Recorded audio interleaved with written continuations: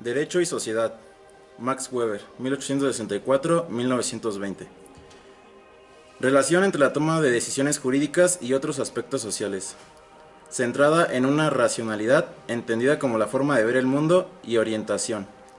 Cada vez más presente como motor del mundo moderno. La racionalidad se refiere a la actividad individual o colectiva dirigida a lograr un fin por medio de la articulación de reglas y criterios que sirven a tal fin.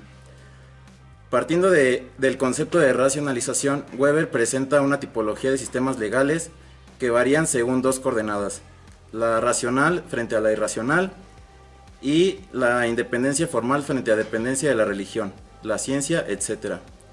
Muestra cuatro tipos de sistemas legales de toma de decisiones.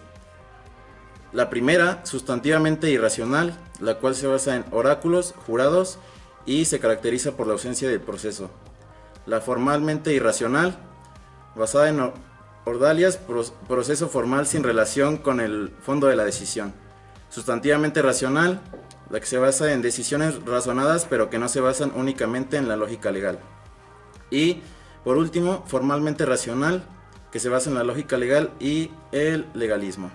Sobre el derecho y la desigualdad, para Weber, el principio formal de igualdad ante la ley y de previsibilidad de las decisiones de los órganos de administración de justicia no se aplica a las clases no propietarias del mismo, como a las clases burguesas. Las primeras exigen que el derecho y la administración de justicia sirvan para igualar las oportunidades económicas y sociales con respecto a las clases propietarias, pero los jueces y los gestores sociales no pueden ejercer esta función mientras no asuman el carácter sustantivamente ético, no formalista de la ley. Piero Calamandrei fue jurista, político y periodista italiano, nacido en Florencia el 21 de abril de 1889 y falleció en la misma ciudad el día 21 de septiembre de 1956 a la edad de 67 años.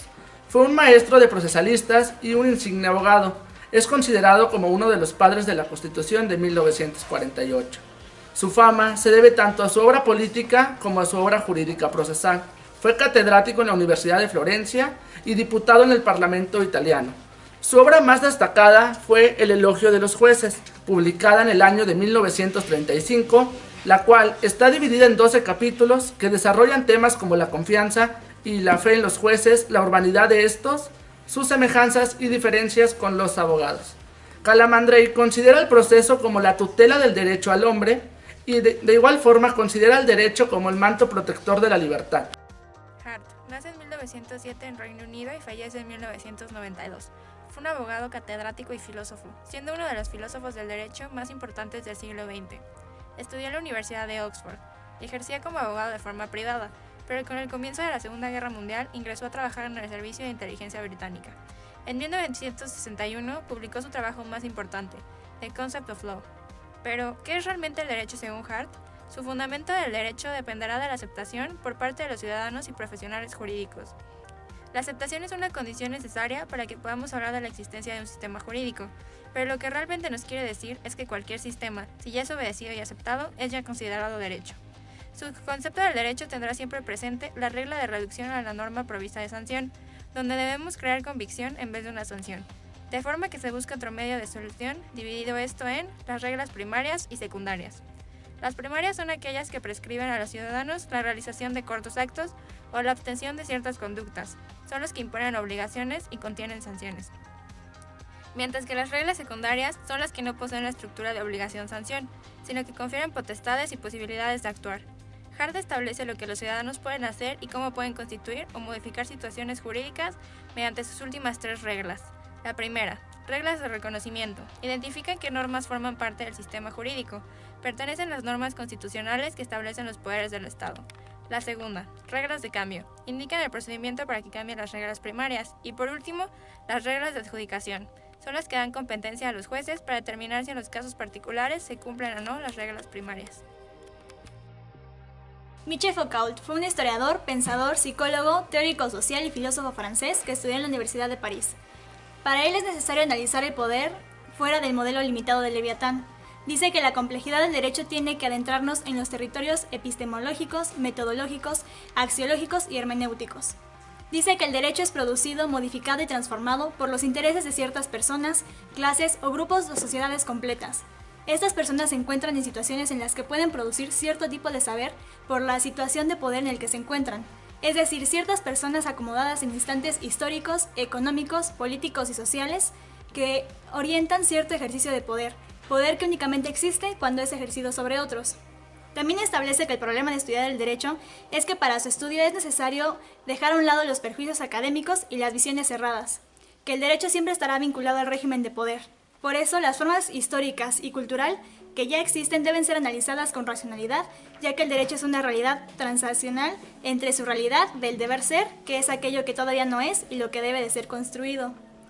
Establece también que el derecho son los trámites permanentes en relaciones de dominación y técnicas de sometimiento.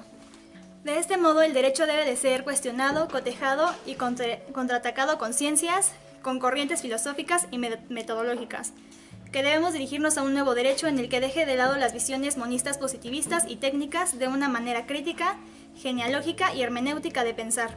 Dice que el derecho nos debe de ayudar a rehabilitar los saberes que están siendo oprimidos por una sociedad elitista. El objetivo de la teoría crítica y el pensamiento de Michel Foucault es la formación de personas libres, autónomas y reflexivas.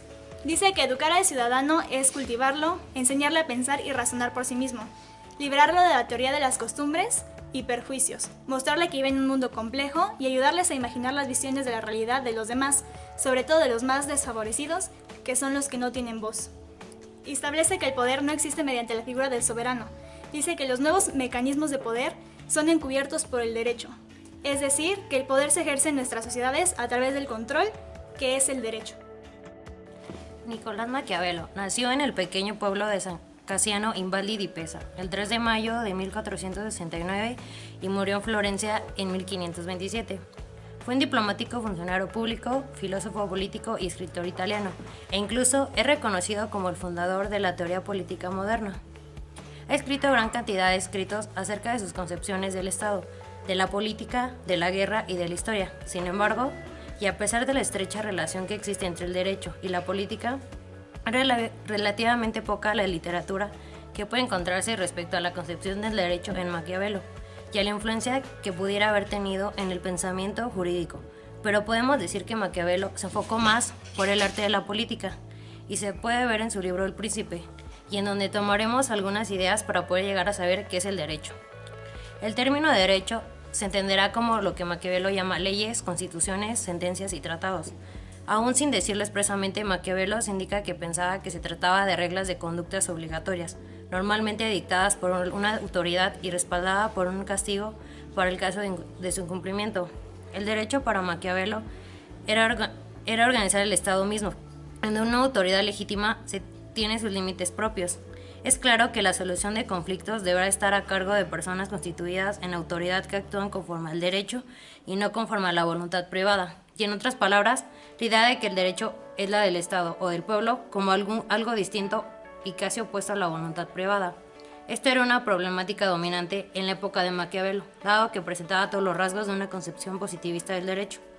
Decía Maquiavelo que la necesidad del derecho surge de la naturaleza humana, que hace indispensable este medio para prevenir y castigar el mal. Más aún, al compararlo con Esparta y Atenas con Roma, señala que las primeras eran belicosas y tenían excelentes leyes. Sin embargo, no llegaron a la grandeza de Roma, y esto se debió a que los legisladores romanos imitaron la naturaleza y se fortalecieron con ello. Pero debemos ver que la naturaleza ofrece un criterio para juzgar las acciones humanas.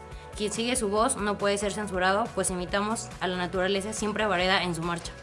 Así como su actitud frente al Estado era la de estudiarlo tal y como era, ese mismo espíritu aparece en sus comentarios, y el derecho era para Maquiavelo el derecho existente entre los hombres y entre los estados, aunque su preocupación era la manera de utilizarlo con fines políticos. Gustav Radbruch nació en 1878 y murió en 1940. Fue un jurista, filósofo del derecho, ministro de justicia alemán. Su obra más destacada es la Introducción a la filosofía del derecho, en la cual podemos destacar el derecho supralegal y la fórmula de Radbruch. El derecho supralegal nos habla que si un derecho es extremadamente injusto, no se le debe considerar derecho.